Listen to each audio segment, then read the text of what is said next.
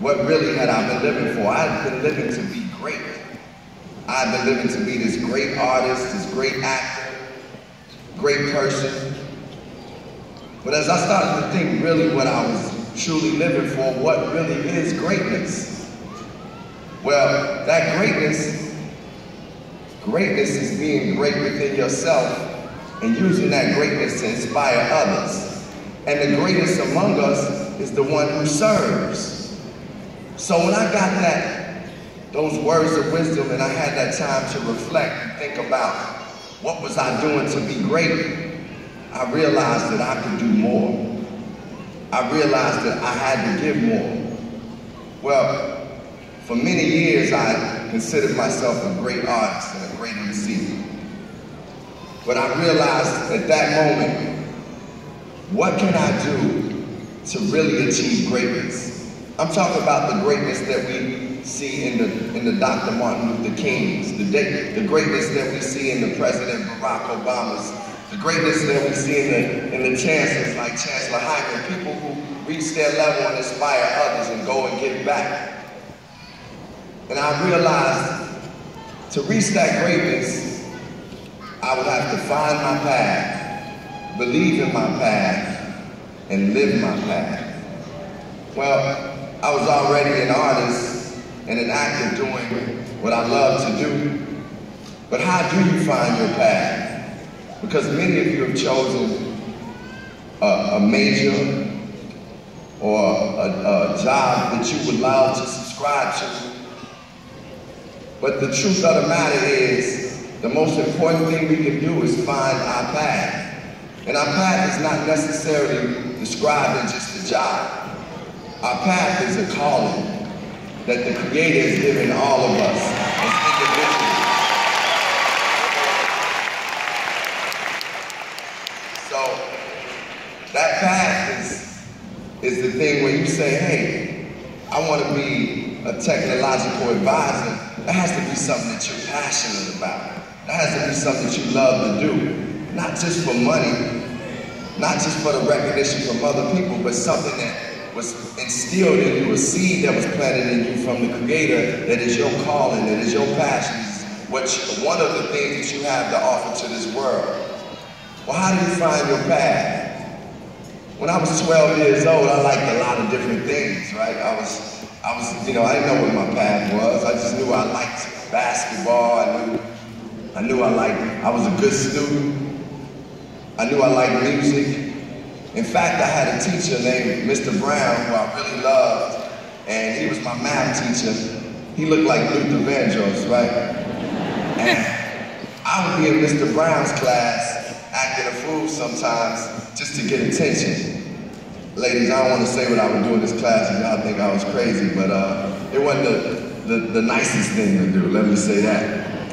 And Mr. Brown would look at me when I would do it.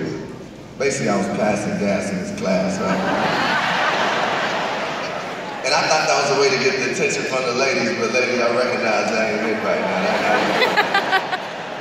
But I was just acting a fool in Mr. Brown's class. Well, Mr. Brown would look at me after repeatedly acting a fool in his class and would say, quit being a bumbler, which was his word for fool. You're greater than that.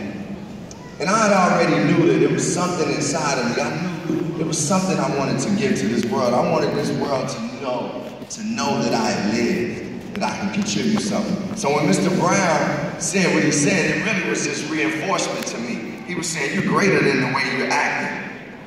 Well, sometimes we even act towards ourselves like fools and don't accept our greatness. And I'm here to say that you're greater than you're acting if you don't accept the greatness that you have in you. Well, I didn't know what I wanted to do at that time. I just took those words and knew like, hey, it's something I want to give. At the same token, I love basketball, right? So I was playing bitty basketball at South Central over by 83rd and Ellis. Yeah, and during that time, the best players would get in the game in the first and fourth quarters, and the busters would play in the second and third quarters. I was a second and third quarter player at that time. Well, I got in my first game. I didn't score any points. I didn't get any assists. So I came back to the bench, and I started crying. And I told my coaches, one of my coaches was my uncle, I told him my stomach was hurting. That's why I was crying. Well, this happened 3 games straight. I kept coming to the bench and my stomach hurt.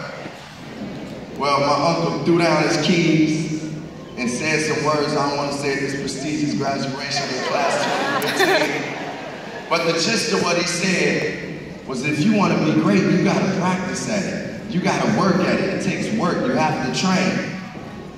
But in the beautiful words of Khalil Gibran, work is love made visible. Work is love made visible. So that means any profession, any path that you choose is love, because it was instilled and given to you as something that you love to do. And because you love to do it, you're going to extend that love each and every time you do it.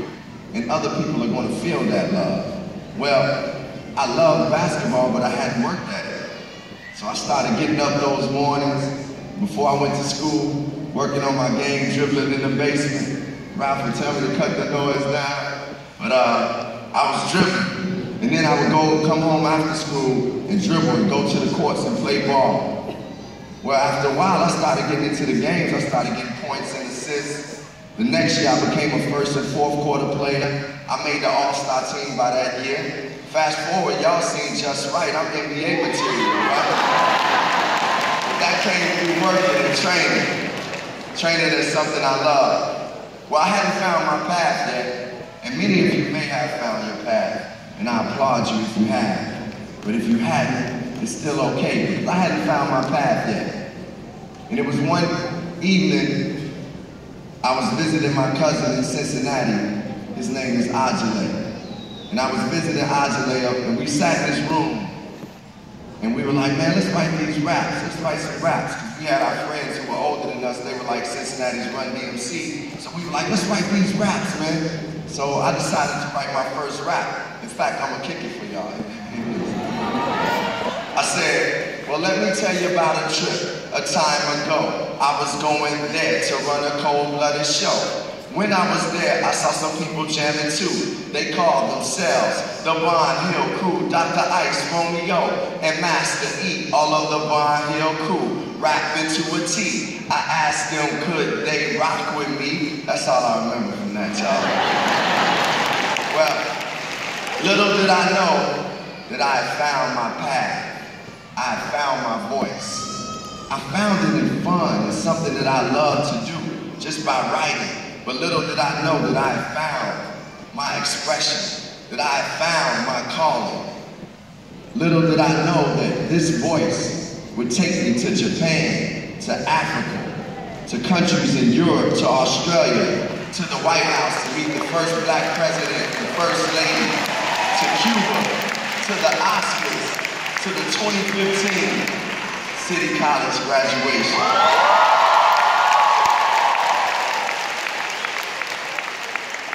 I found my path. But finding your path is only the beginning to your greatness. And I want to remind you that each and every soul in this building is created to be great. God didn't create any of us to be okay. We were created to be great. But finding your path is only the beginning to your greatness. The second step is believing in your path. Believing in your path. Now, believing in your path is essentially believing in yourself, believing in you. And believing in your path, it takes work. It's something that you just don't get overnight, because some people have false belief. But true belief exists even when the storms come. True belief exists when you're enduring the hardest of times, believing in your path. It's funny, I've been putting out records, I released videos, and traveled the world, and knew I was like, yeah, I'm a dope MC, I'm good. But I realized that I truly didn't believe in myself. I'm talking about with every molecule, with all that I had. And I realized that through a breakup I had with Erykah Badu. Y'all know Erykah Badu, Window Seat? Yeah, I know Window Seat real well, you know? Well, through this process of the breakup, I started to learn about myself. Started to examine myself because I was going through those tough times. You know, them breakups can get to you sometimes, right? Yeah. Fellas don't admit it, but we go through it too sometimes. Well, I was really getting a chance to learn about me and examine myself and see who I was.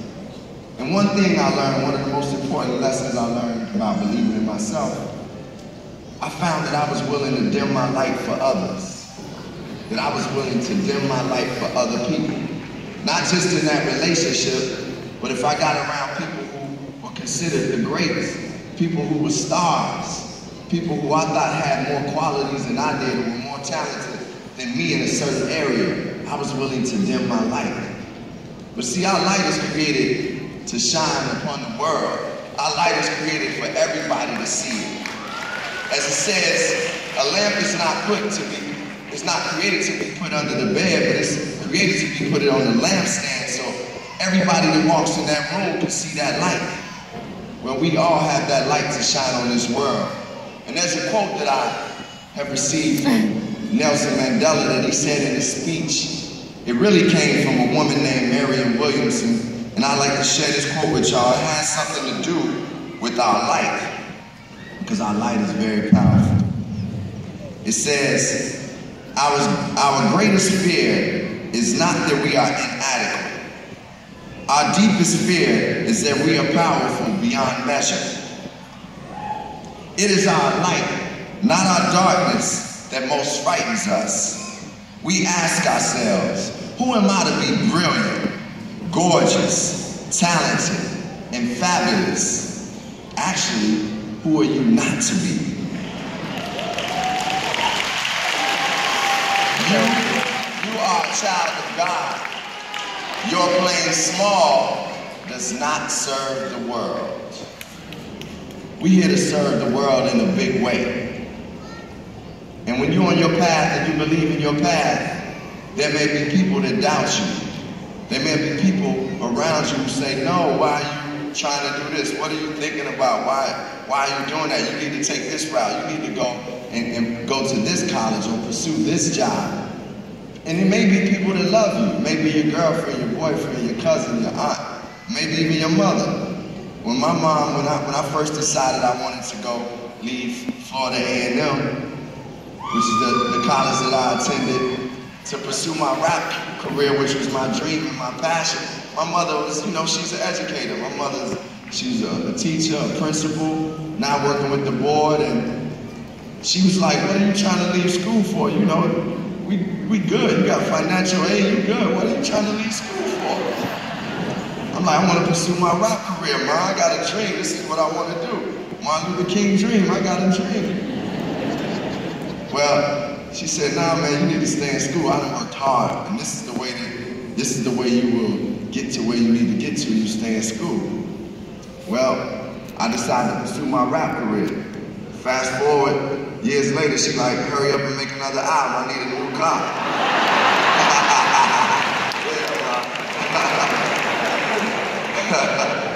Well, believing in your path is about believing in yourself. And sometimes there will be people that tell you that isn't your path. But it's important that you believe. The one who has to believe most is you. And a good process and a good way to go when you do believe in yourself is to start surrounding yourself with people that believe too. People that can support that belief.